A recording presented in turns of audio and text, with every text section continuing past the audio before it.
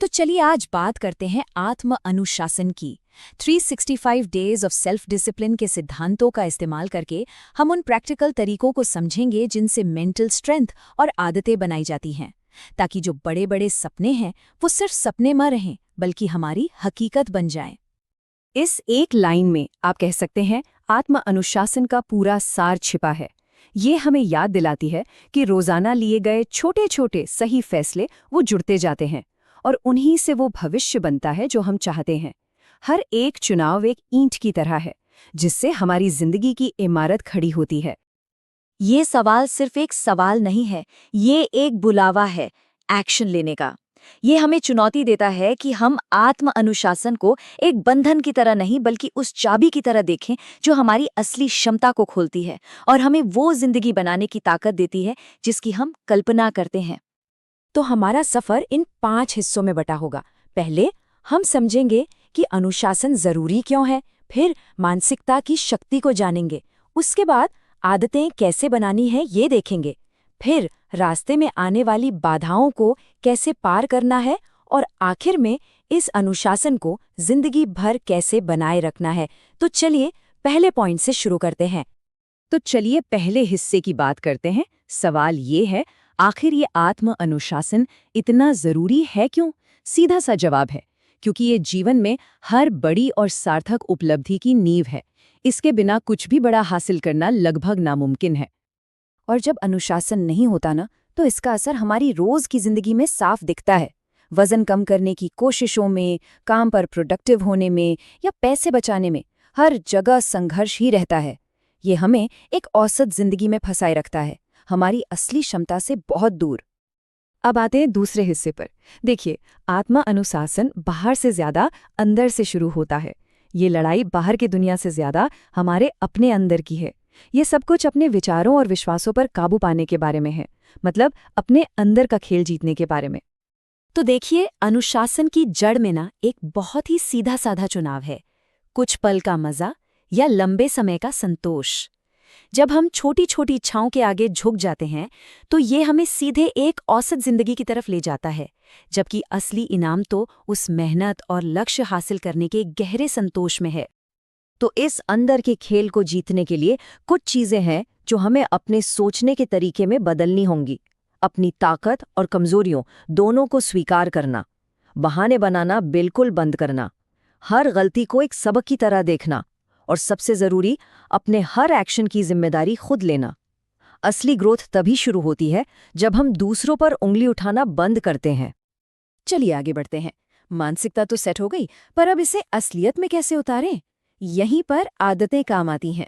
आदतें ही वो इंजन हैं जो अनुशासन की गाड़ी को रोज आगे बढ़ाती हैं, वो भी ऑटोमेटिक। आदतें बनाना कोई रॉकेट साइंस नहीं है।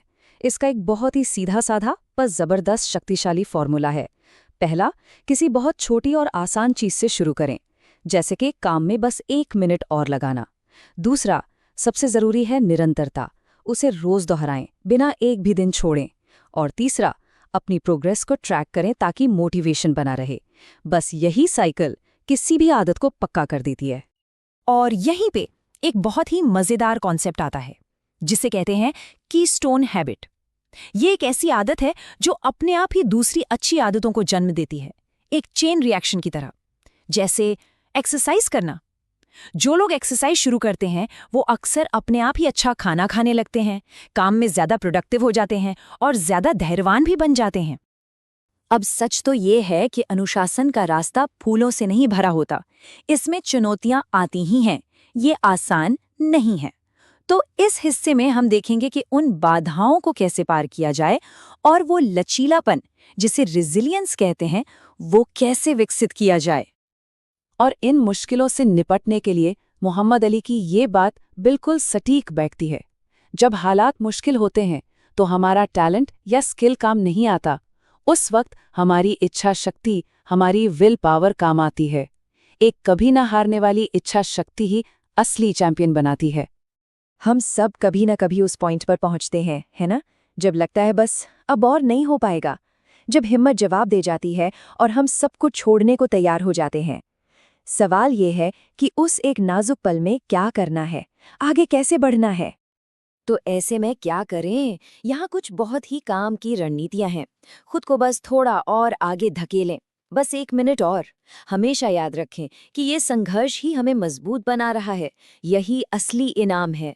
इन मुश्किलों को एक फिल्टर की तरह देखिए, जो सिर्फ उन लोगों को आगे जाने देती हैं जो सच में कमिटेड हैं। और हमेशा अपने बड़े लक्ष्य को, अपने विजन को याद रखें। और अब आते हैं सबसे जरूरी हिस्से पर, 5वां खंड। अनुशासन को कुछ दिनों का खेल नहीं, बल्कि पूरी जिंदगी का हिस्सा कैसे बनाया जाए, इसे अपनी जीवन शैली में कैसे ढाला जाए। इसे बनाए रखने के लिए 3 चीजें बहुत जरूरी हैं। समझिए, ये 3 स्तंभ हैं। पहला, एक ऐसा अकाउंटेबिलिटी पार्टनर जो आपको सच बताए, जो आपको चुनौती दे, न कि सिर्फ दिलासा। दूसरा, अपने प्लान को समय समय पर रिव्यू करना, क्योंकि जिंदगी बदलती है। और तीसरा, अपनी एनर्जी की रक्षा करना, सिर्फ उन लोगों और चीजों के साथ रहना जो आपको आगे बढ़ने में मदद करते हैं। तो एक बात हमेशा याद रखनी है, आत्म अनुशासन कोई सजा नहीं है, ये हमारे भविष्य के लिए एक निवेश है। आज की मेहनत का हर एक पल एक बेहतर कल के लिए बोया गया बीज है। हम अपना भविष्य बना रहे हैं, इसी पल, अभी। और अब मैं आपको इसी एक आखिरी सवाल के साथ छोड़ना चाहता हूं। वो एक कौन सी चीज है जिसे आज बदलें तो आने वाला कल पूरी तरह से बदल सकता है? इसका जवाब हर किसी के लिए अलग है, लेकिन उस एक चीज को ढूंढना और उस पर एक्शन लेना ही आत्म अनुशासन की असली शुरुआत है।